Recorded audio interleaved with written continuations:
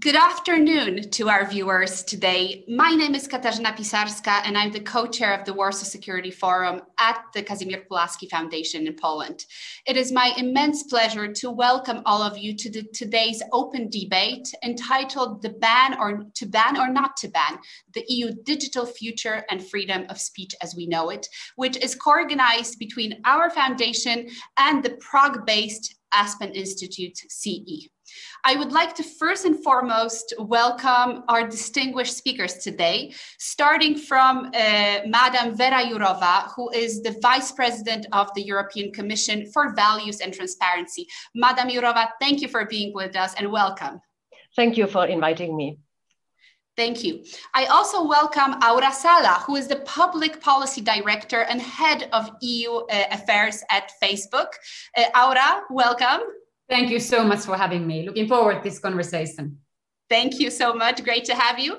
And last but not least, a representative of our think tank community across Europe, Roland Freudenstein, who is the Deputy Director of the Wilfried Martens Center for European Studies. Roland, welcome with us. Thank you, Kasia. It's a real pleasure.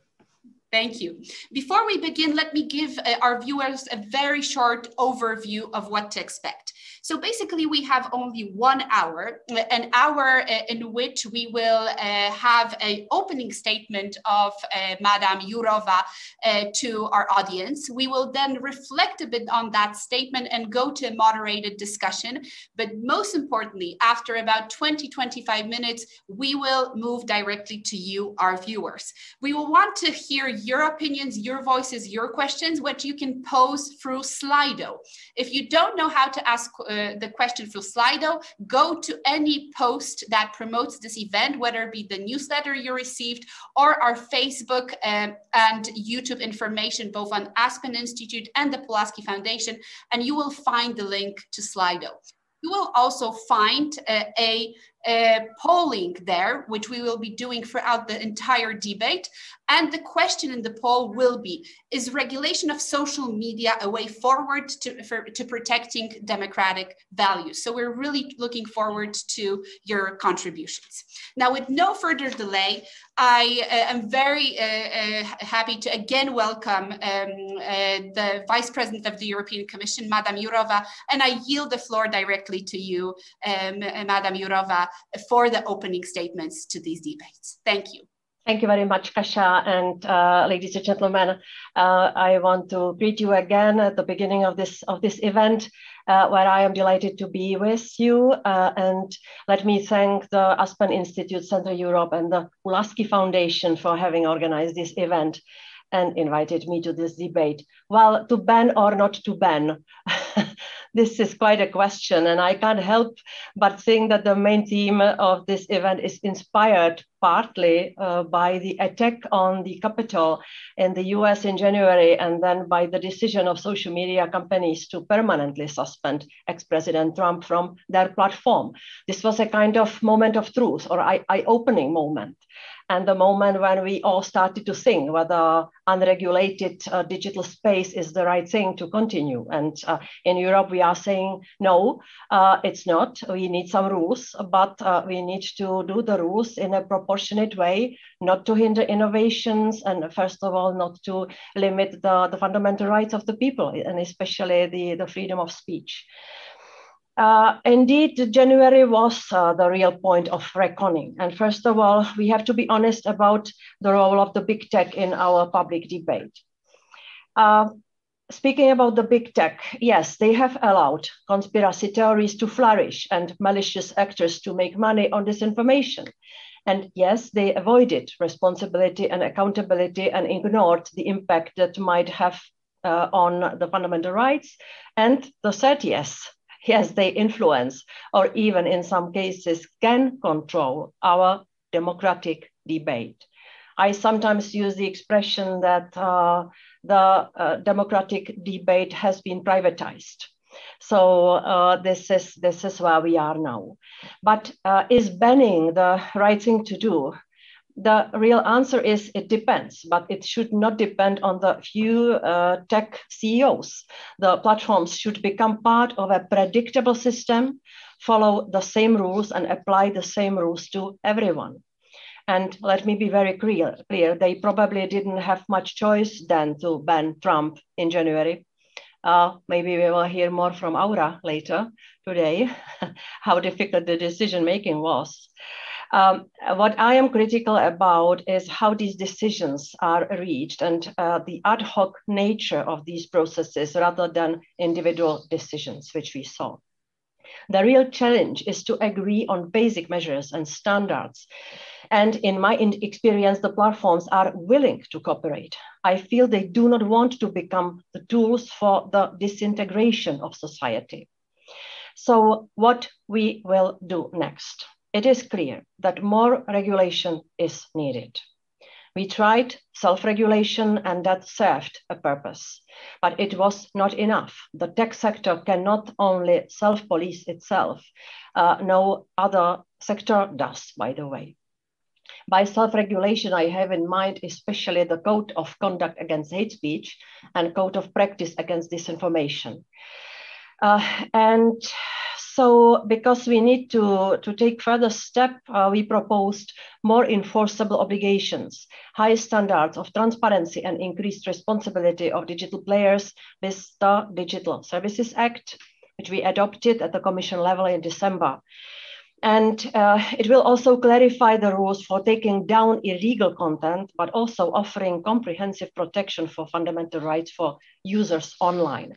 Let me just add that illegal content has been defined in all the criminal laws in EU. So we are not creating new kind of illegal content. No, we are just working with the law, how it defines now illegal content, speaking about terrorism, child pornography, hate speech, extremism. We also proposed in December the European Democracy Action Plan to better protect our democracies against disinformation, against online malicious manipulations. And this includes a new disinformation pact that we are working on, which will be finished this year. Our regulatory approach is in full respect of the fundamental rights and freedom of speech. And it is also clear that the platforms are not to be blamed for everything. I never belonged to the politicians who made you, Facebook and others responsible for all the bad things which we are facing. But we, the people, also have to be more resilient and more critical about what we see in the online reality.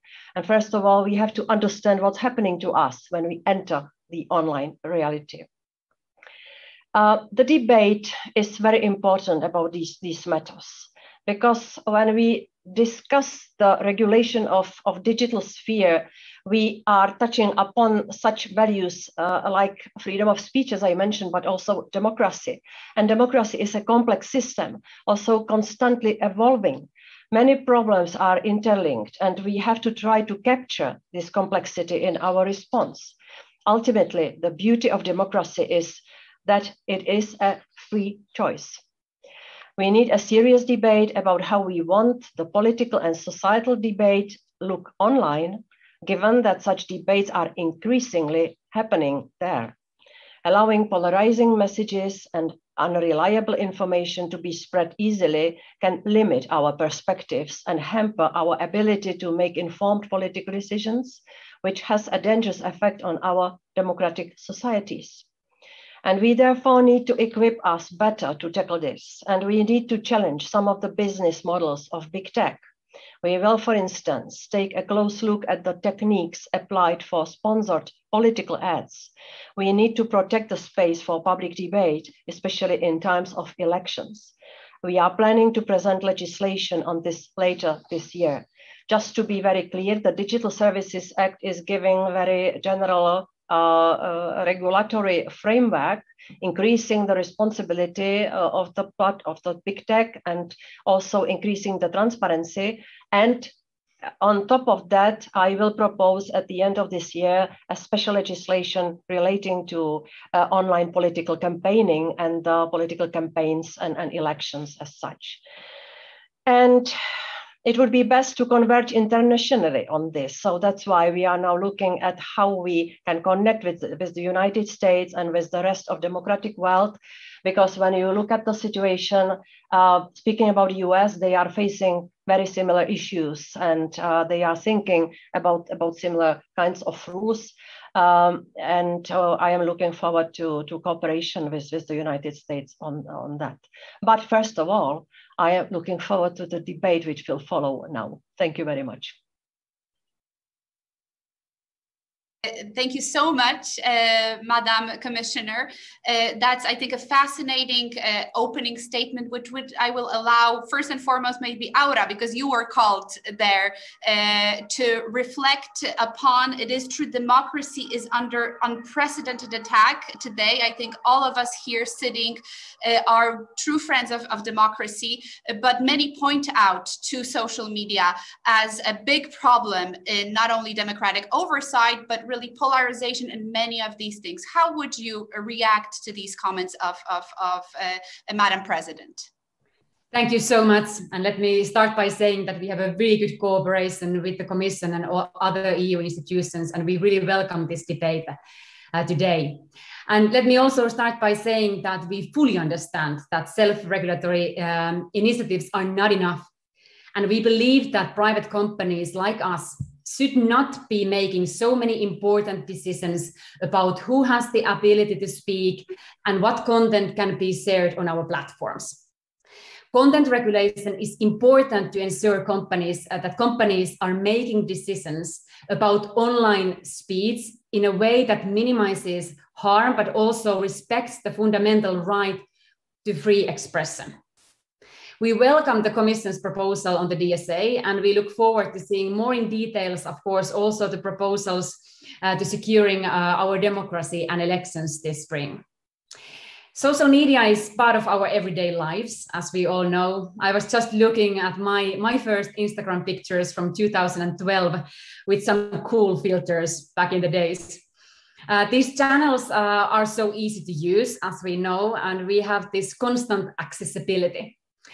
This is definitely changing our social connections and also reshaping our political world. Let me be clear here also. I don't minimize challenging issues and challenges like fake news or filter bubbles. They are real, they are serious, and we are working hard at Facebook every day to tackle them.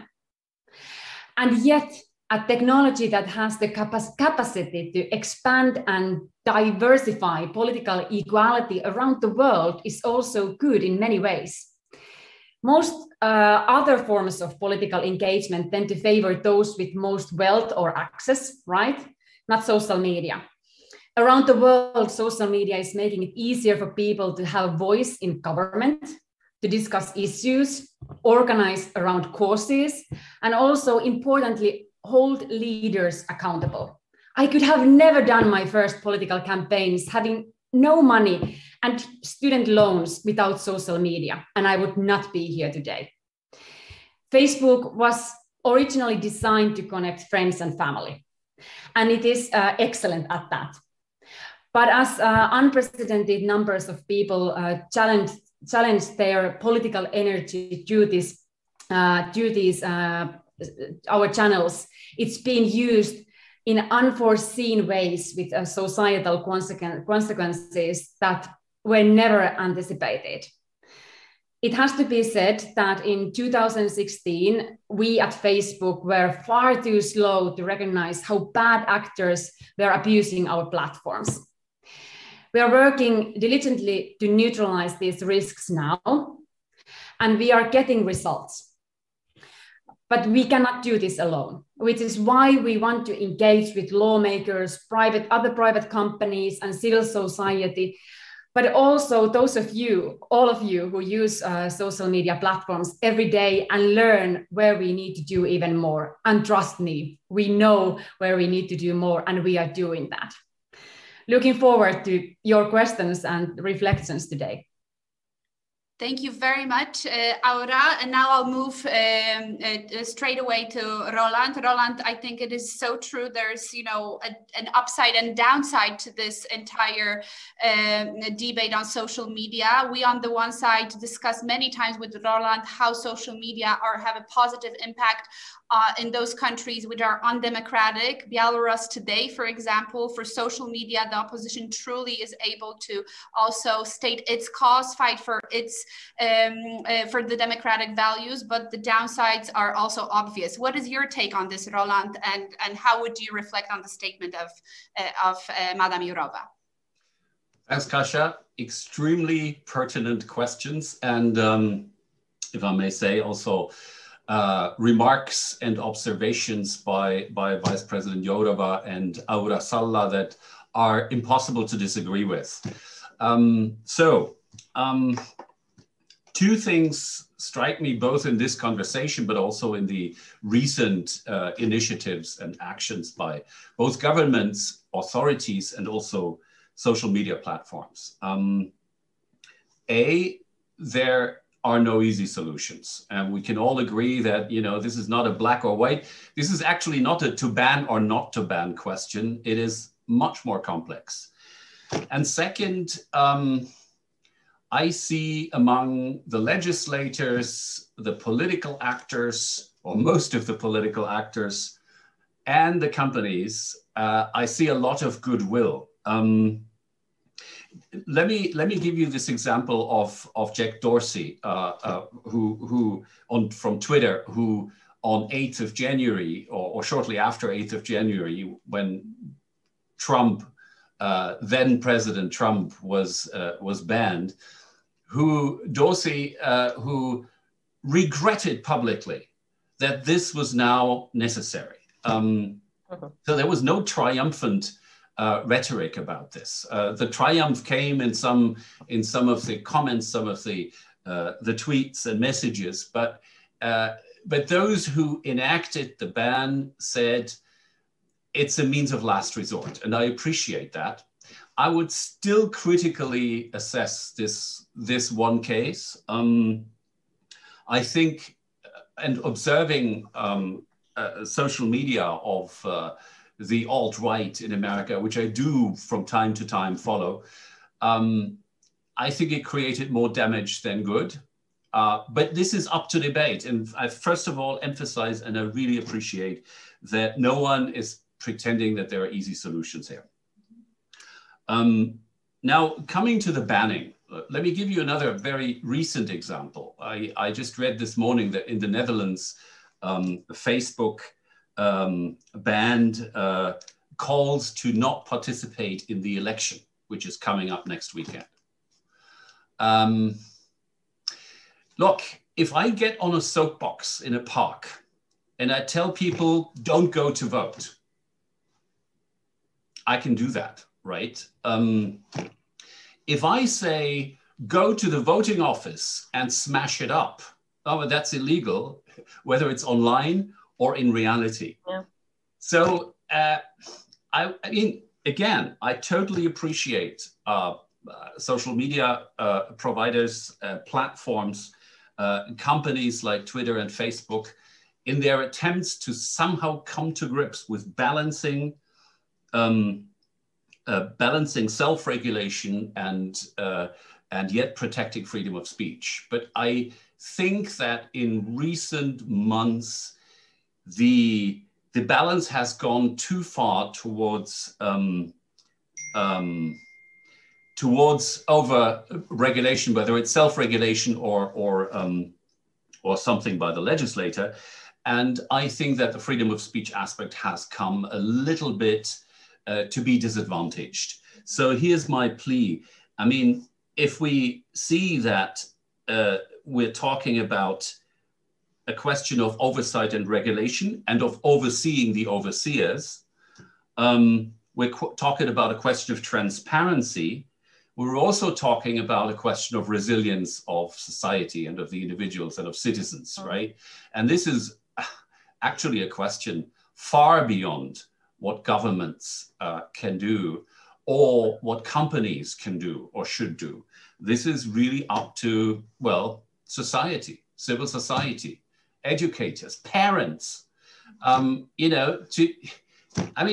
put it very, very bluntly, when my grandmother told me, Roland, don't believe everything you read in the newspaper, I mean, this is worth gold. And if this very, very simple principle was better transferred to young people in so many different contexts, then I think we'd be one step ahead. So I'd close with this very basic tenet. I mean, as much regulation as necessary, as much freedom as possible, and banning really only when we talk about something that's illegal in the real world as well. Thank you very much, Roland. Really good points. I must say we have an overwhelming amount of questions coming in from minute one. So I would really move into these very quickly. One of our viewers says the question is not ban or not to ban, but how to regulate. And he's asking our panelists specifically, would you support canceling anonymity and demonopolizing platforms? So a very, very delicate measure, but should we be looking actually at the question of us all being anonymous, and could that change? Would we agree? Madam President, would you like to start with this hard question? Yes, I will be quick. Demonopolizing, yes, we are trying to do that through the Digital Markets Act. So it's a very simple answer. For the second thing, of course, I don't have such a simple answer. We are not explicit on that. I was always in our legislation, which we proposed, but I always was convinced and still am that the freedom of speech should be protected for real people who have a name, who have identity, and for their right to say what they want to say. I will fight till the end of my days. But if it is anonymous or some artificial intelligence, some production of the Russian trolls or something like that, if we protect the freedom of speech of these entities, we will get to hell soon. Yeah, the freedom of speech principle will turn against us. So we are not explicit about that in our legislation, but I guess that in the legislative process, it will come again and again. Why we didn't include that explicitly? Because there might be situations when the people should stay anonymous because they might be under the threat. Mm-hmm. Yes, yeah? That's the case. Yes, it stopped me from pushing the ban into the legislation. Yeah, but we will have to discuss this further. Mm-hmm. Absolutely. So Aura, because also the second question was exactly about this. What do you think about obligatory identification of social media users in order to avoid fake profiles? Yes, that systematically spread misinformation. So the question of anonymity, one thing, but then what about those social media users who are bots, who are trolls, who absolutely are there to destroy our system from within? What is your policy on this? Yeah, so how we recognize fake accounts is based on behavior of these accounts, of course. Mm-hmm. So I would not ask identification from everyone because as Commissioner Jourova also pointed out here, we need to remember that these platforms are giving voice to people also in areas, in regions, in countries where they wouldn't have a voice. And it could be very threatening for them if they would be identified. However, it is our responsibility to take down fake accounts, and we are doing that. So that's, of course, something because it's also about age who uses our platforms. It's not allowed for children, for example. So for us, it is important to recognize these fake accounts based on behavior. On this monopoly, I have to say that at least we are not a monopoly. There is competition. There is we all know Snapchat or TikTok. However, this competition is not coming from the EU. And I would very much like to point out here that when we do market regulation, competition regulation, you cannot do regulation only towards GAFA companies. You are doing that towards all companies. And if we want to have these digital champions coming from the EU, we need to be super careful how we regulate, because I would like to see the new Nokia coming from the EU, and we hope that we are not banning Booking.com from Netherlands. So just remembering here that it's super important that having these digital champions to flourish, we need a single market, and we need a seamless, borderless single market and free trade. Mm-hmm. Absolutely. Aura, thank you for putting that forward. Roland, I would build up on that. It is true that, you know, we lag behind when it comes to high tech, big tech as Europe. I mean, what are we doing wrong here? And demonopolization is also a question of having our own. Yes. So where are we, you know, not doing the right things? No, I think that collectively we are doing the right thing in Europe. I mean, we're trying to have a serious debate about complex issues, and that takes a bit of time. I would have sometimes, looking at the member states, I would have some doubts whether they're all truly sincere when they say that they can't wait for the EU to provide the right regulation. They want to do their own protection of free speech, which means basically, you know, telling Facebook exactly what they can ban and what they cannot ban in the name of free speech, which is then endangered by those very governments. So, you know, I'm talking about Hungary. I don't think we're doing anything fundamentally wrong. You know, this is a very serious, complex problem, and we're discussing it, and it's done by the European Commission. It is done by political actors, both on the EU level and in the member states, and it's done by civil society. So that's a good thing, and I think we'll come up with the right answer. Thank you very much, Roland. I see at least two questions on the cooperation between EU and big tech. Is it possible? How are you doing this? Is the question of disinformation campaigns coming from malign actors in any way, you know, the reaction to these campaigns? Is there any way the EU can work with big tech to stop them, or is it already working? This is what is interesting, is interesting our viewers right now. So, Madam Vice President, how do we cooperate with big tech? Can we? Are we doing enough? What more can we do? We have to. We have no other choice because we have to have the platforms on our side. I'm very open about that. That's why before we have the regulation, and Aura said that they welcome that the rules will be coming, just to have the clarity and cover everybody, not only those who commit to the codes, yeah, because we only have some under our agreements. So we, unless we have this regulation, we will have to be able to cooperate. And we cooperate since 2016, when we saw a really varying rise of extremism online. And it was, remember, the very dense atmosphere in the society, the combination of migration wave and terrorist attacks. And really the online sphere was so full of hatred and violence and killing that we were just close to having it spilling over to the real world. And I needed quick action. That's why I asked the Big Four to proactively detect the hate speech and remove it when they are sure that this is manifestly clear hate speech, which is prohibited by the laws. I was in Dublin, looking at how it is done in Facebook. I spoke to the people whose everyday work was just to be swimming in this horrible dirt, which is so-called production of people. Yeah.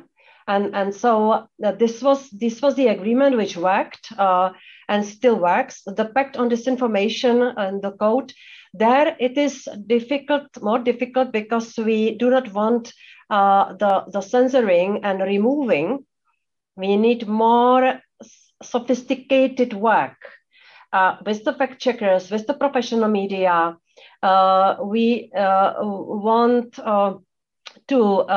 we have to curb manipulative techniques and reduce economic incentives for spreading disinformation. We need to follow the malicious behavior, which Aula spoke about, that they know very well what are the fake accounts which are spreading disinformation there. No mercy, it has to be removed. Yeah, so this is more sophisticated. The platforms are doing what they can. They always could do more. But the recent case 2 weeks ago, I had a very intense debate with them about the anti-vaccine disinformation. I want them to do more, to be in contact with the health authorities, to be absolutely sure that they recognize the dangerous, harmful content which relates to COVID-19 and vaccines. We cannot do without them. I am very open about that. And at the same time, we cooperate with big tech also on the preparing of the rules.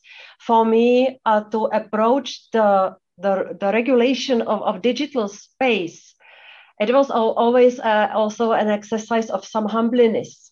I had to admit that we cannot know everything.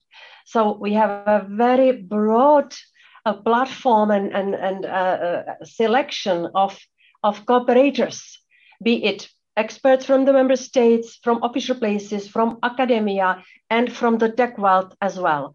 I see on you, Kasia, that I speak too long. But I want to say one last comment to react on Roland. I cannot resist. Roland, your granny told you, don't believe everything you read in the newspaper. My father always told me, Verushka, don't believe anything what they write in the newspaper, because I lived in totalitarian regime. Absolutely. And there was one official doctrine. I do not want to get there again. Absolutely. Thank you for making the point. I also thought about this, that when I was growing up, nobody believed anything that was put on state media. Yes. But now, of course, we live in a different world. We're getting back there, Kasia. Yes. Not. And it is up to people like us to make sure this return never materializes. But Aura, tell me about your experience with working with EU and the regulators, and also maybe your expectations, because I'm sure they're also out there clearly stated. Aura. Yeah, I come from a country where we fully trust on our state media. I think our broadcasting company is still the most watched. Every evening at 8:30, we all watch the same news. So I come from a very different background here. I can see that there are many questions regarding education. I actually think that media literacy and digital literacy, they are really one of the key things together with regulation, together what we are doing as a company, but also making people aware what is out there, because there will always be fake news, right? And it's really a balancing exercise, providing as big as possible remit of free speech, yet protecting our users from harm, safety of our community. It's very important for us. But if people are not aware of what they are reading and how they use our tools, because as you know, on our platforms, you can actually check why I'm seeing this post. You can actually tailor make your news feed. You can add your favorites there. You can actually ban people from there. You can ban them sending you direct messages or what you see on your news feed. So you can make your own social media. And I'm not talking about the filter bubbles that create your bubble, but we have all maybe been at the dinner tables where we have lawyers or we have doctors. I'm sorry, those are quite bubbles. And the same thing, of course, when we are together with our own political parties, for example, those are bubbles. Or we could say that some Irish pubs, those are bubbles, right? So, of course, we can tailor make our social media to look like how we want. But of course, then we need Financial Times, we need BBC, we need Yleisradio. We need these quality journalism, and we want to support this. And I think that we also need finally this European public sphere where we could have European-wide conversations, right? We have tried that for decades now. I think Politico is a good start, Euractiv, we have some of these, but still I think we are lacking of that, because we need this kind of engagement and conversations more about where, for example, this kind of a regulation is going in the EU. Mm-hmm. Thank you, Aura. But let me just press you a bit on this, the question of bubbles, because we talked about hate speech, we talked about disinformation, but there's this element of kind of self-harm we're doing, is not done by malign actors only partly, is this polarization. And it is true that if you go to an Irish pub, you will find a bubble, but you stay there for an hour, basically once every 3 weeks, if you're lucky now at all, for a year.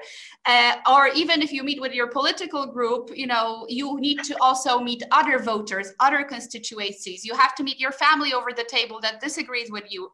And with Facebook and with other social media, that's not really the case, especially now when we're locked home. A lot of the information, a lot of the input we get about the world is from our news feeds, yes? And that in a very profound way affects the way we look at the world. Do you consider this as a problem in Facebook in terms of generating a wider polarization, in terms of radicalizing? Yes, many of us. I always say I've become radicalized over the many years, to an extent I've never been, because, you know, I'm angry about things. And I sometimes see that also the social media strengthen that anger without showing the other side of the discussion. And without that, democracy is no longer possible. I would challenge that, what you are saying. You just mentioned that you would walk out from that Irish pub, right? Or from that dinner with these lawyers. You can walk out also from your social media accounts. As I said, you can ban what you don't like to see. You can choose to actually read this quality journalism. You can choose your newsfeed, BBC News, CNN News, not promoting, by the way, any news site here, but you can choose that. And there you need education. You actually need a critical mindset also to know what you read. We choose from the newsstand, we choose newspapers, right? I choose to watch a Finnish broadcasting company every evening. I choose to read my Financial Times. And yes, that is a bubble. I choose to select certain sites and pages that I follow on my social media. My Instagram, I have to say that I only have positive things on my Instagram because I choose those there. We need to remember that companies like us, we are private companies. And we are offering our services and our platforms. And then it's up to people how they will tailor-make that. And I would also like to bring to this conversation, yes, then there is an option for Chinese internet. There is an option where you grew up. Then there is an option for Western world, Western values, democracy, and free market capitalism, where we can have this kind of a companies where you can choose, where individual customers and users can choose what they will select. And we need to give it to also people. People are smart in the end. I would not say that, you know, we need to regulate, we need to check what they are watching, we need to make sure that they are not in bubbles. I'm sorry, I also trust to our customers and our users that yes, we need media literacy, digital literacy, but also people can choose. Absolutely. Thank you, Aura. Roland, you're smiling. I know you have a counter argument here. Just wondering what it is. Aura, I objection, Your Honor. Would be my reaction to what you've just said. Look, if the problem was only bubbles, I would say I could agree with you. The problem is that, for example, Facebook has created algorithms for understandable reasons which reinforce the most extreme, the most emotional, and yes, in some cases, the most radical views that Facebook knows that I seem to tend towards or seem to like. That is a difference. This doesn't happen in the Irish pub. You know, the Irish pub doesn't have some kind of mechanism which unless you're drunk, very drunk. Yeah, that's not the pub, that's then the alcohol. But anyway, okay, let's not compare algorithms to alcohol because it's really a different story. I understand the motivation of platforms to say we want to keep people focused on our platform as long as possible. So how do we do this? By constantly feeding them what we think they expect, they want, and so on.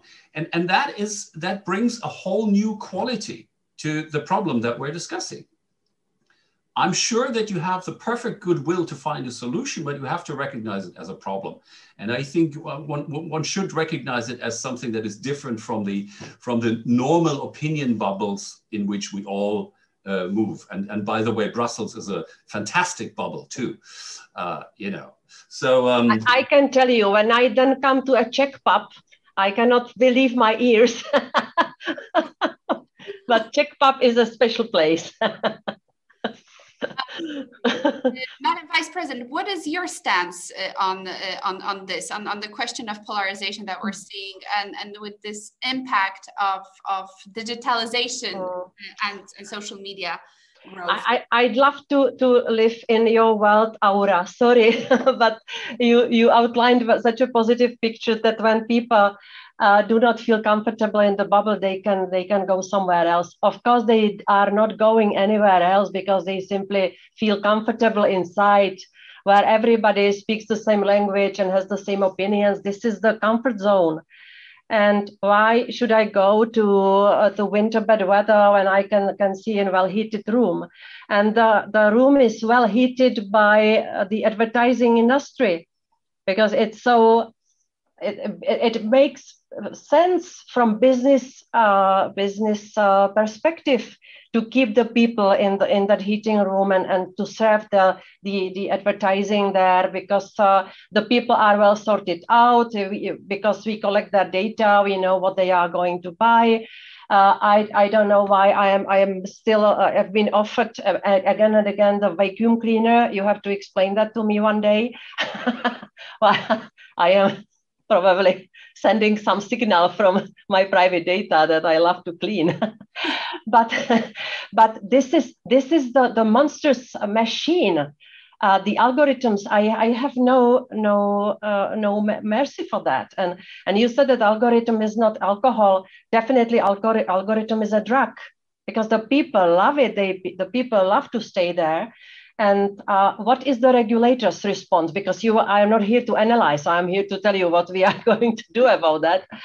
Well, we at least introduce more transparency and auditability of the algorithms in the Digital Services Act. And I know that the tech companies are afraid that in the legislative process, the co-legislators, the Parliament and the Council may go even further and to try to destroy these basic parameters of the digital business, advertising business. And I am myself quite curious about how far it might go. I will always defend the sober and steady and proportionate position. But for political advertising and political content, I do not want the algorithms to influence the elections and the micro-targeting to be used as the well-functioning method to manipulate the people's will. That's why I think in our legislation, which we prepare for the political content and political advertising, we will go extra mile and we will look again into how the algorithms work and to do something, some rules and some regulation, which will make the debate more horizontal rather than boxed in the bubbles. Yeah, so that's how I see that. We have to take it from the position of the public harm, and here I think the public harm can be pretty big if we enable the election campaign to be just the technology battle. Who can use better the access to private data of people? Remember the Cambridge Analytica case? It was also opening moment.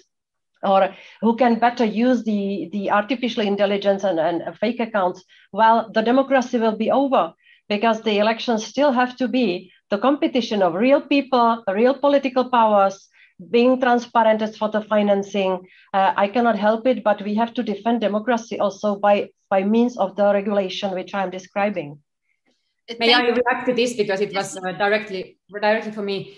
I agree with you in many of these aspects, and we have reinforced the transparency. So you can actually check why am I seeing this, and then if you don't want to see vacuum cleaners, you can actually click I don't want to see this.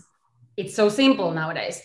So, but also I learned this morning from Financial Times that actually our advertisement services are robust. So when someone tries to target people on our platforms, it's actually, they cannot do that. So some people also claim that there should be we should be able to do that. Why? Because if you are running in a municipal elections in Malta, or you are running in a municipal elections in Sweden, in northern Sweden, or then in Stockholm, or in Warsaw. I'm sorry, but you are not interested about commercials, advertisement coming then from southern or eastern part of the country.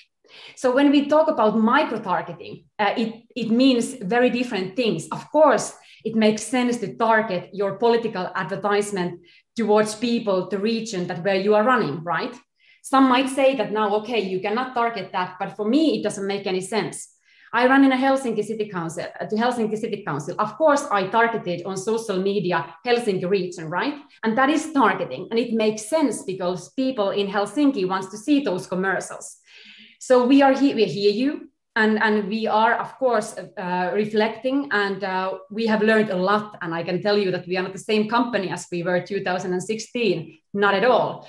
And if you will do this kind of a legislation where you cannot target at all, we will be fully compliant. But I would just also like to bring to this conversation that it's not so straightforward, because in my mind, it doesn't make any sense if you cannot target at all, because all commercials in TV and streets, they do that. Yeah. Dear Aura, if it was straightforward, I would now proudly announce we will ban micro-targeting.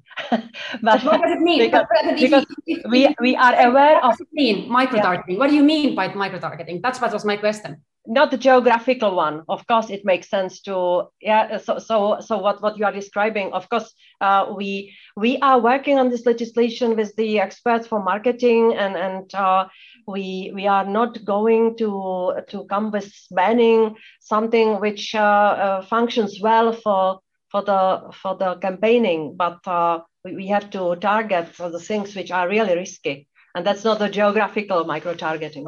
Okay, that makes sense. And of course, as we know, the electoral laws are national laws and in the national competence.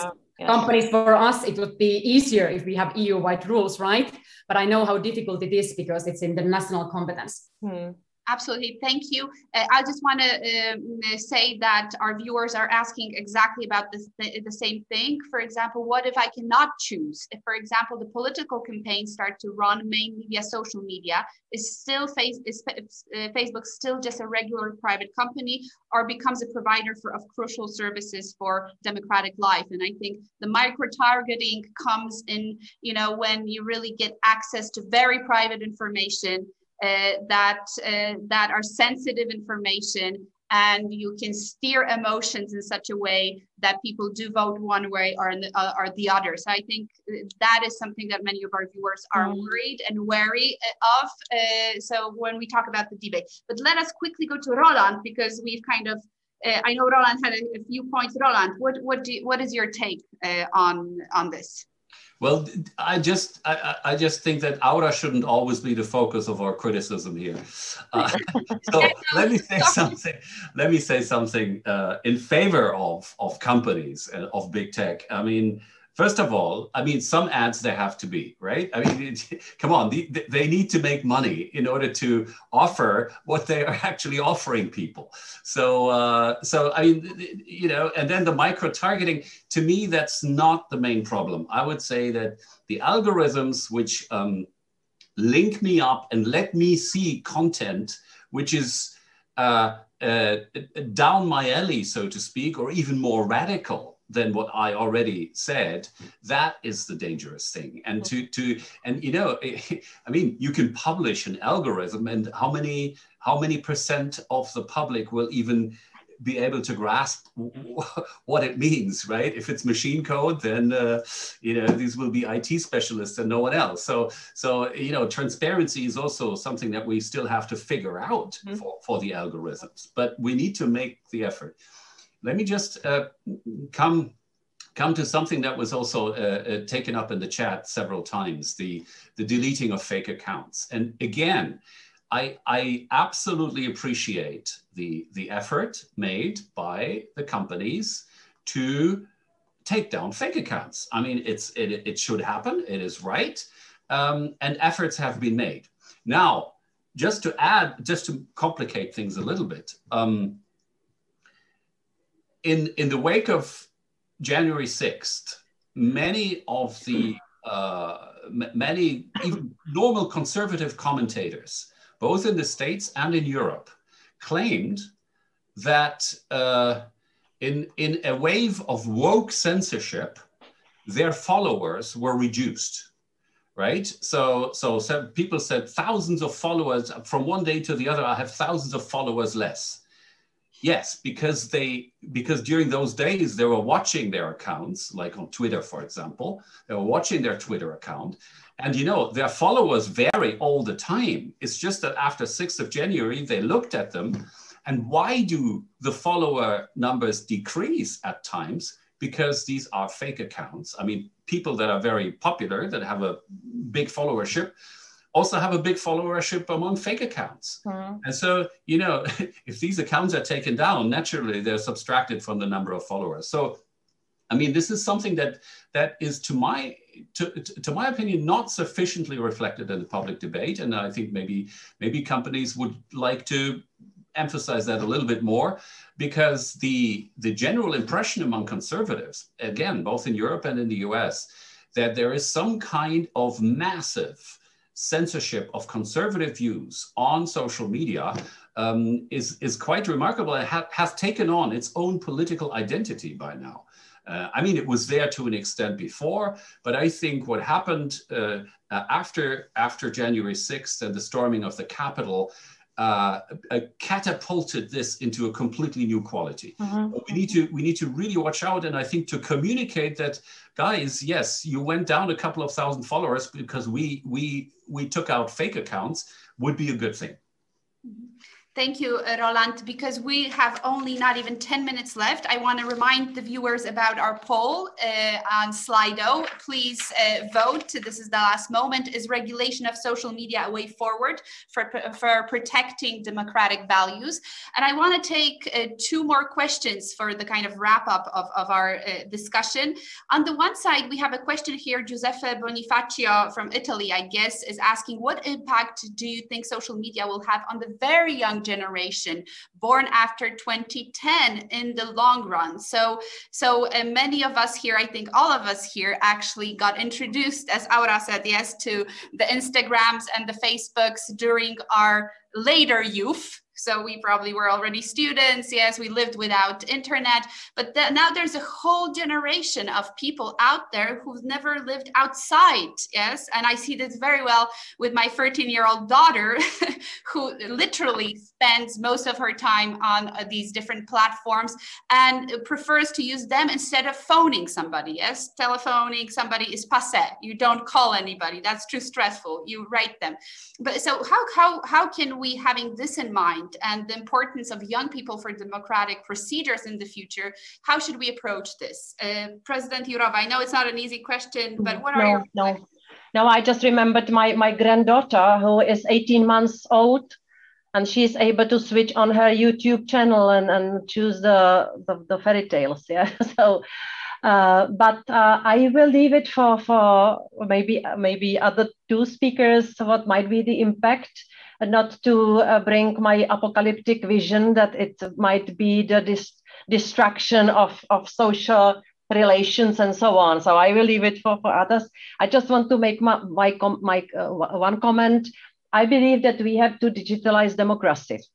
And for me, this means, among other things, to enable the e-voting and maybe to go lower with the age, because I have nothing against older generation where I belong to already, But I think that the future of Europe should be more to bigger extent decided and co-decided by the young people.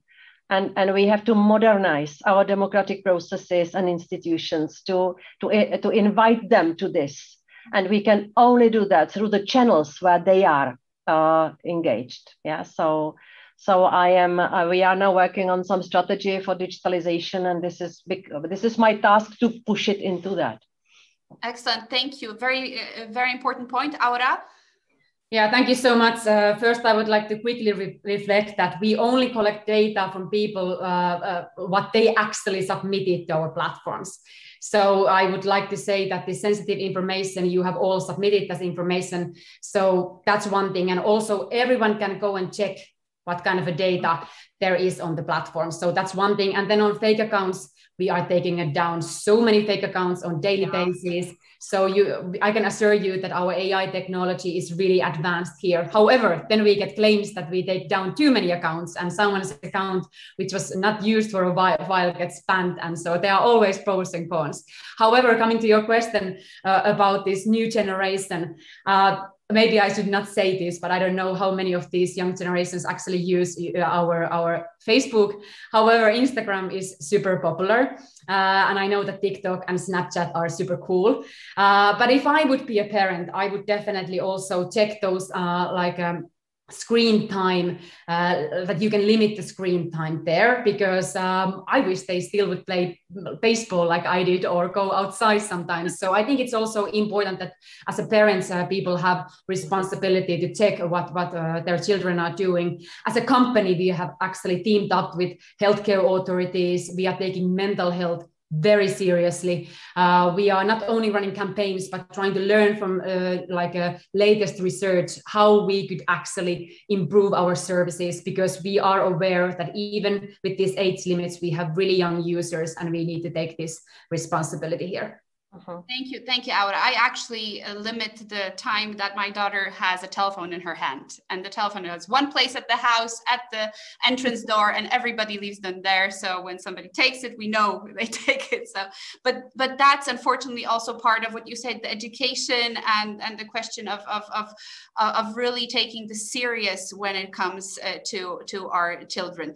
Roland, Europe, the digital Europe of the future. What is that? What worries you?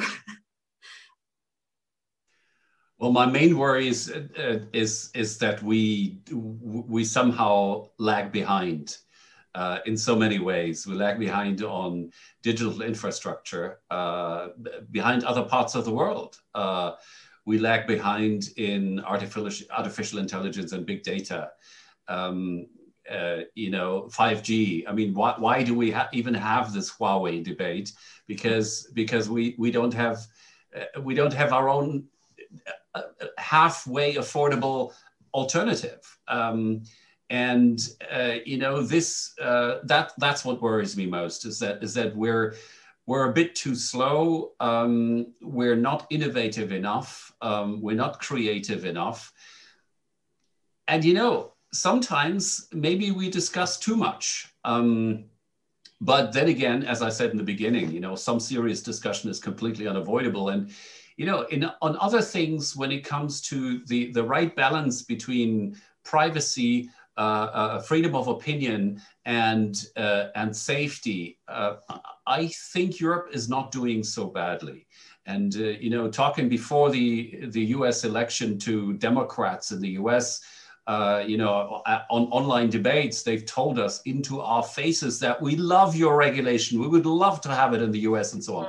Okay, well, let's be a little bit more realistic. But I mean, those were people from the Washington bubble. But still, we're not bad at everything in Europe.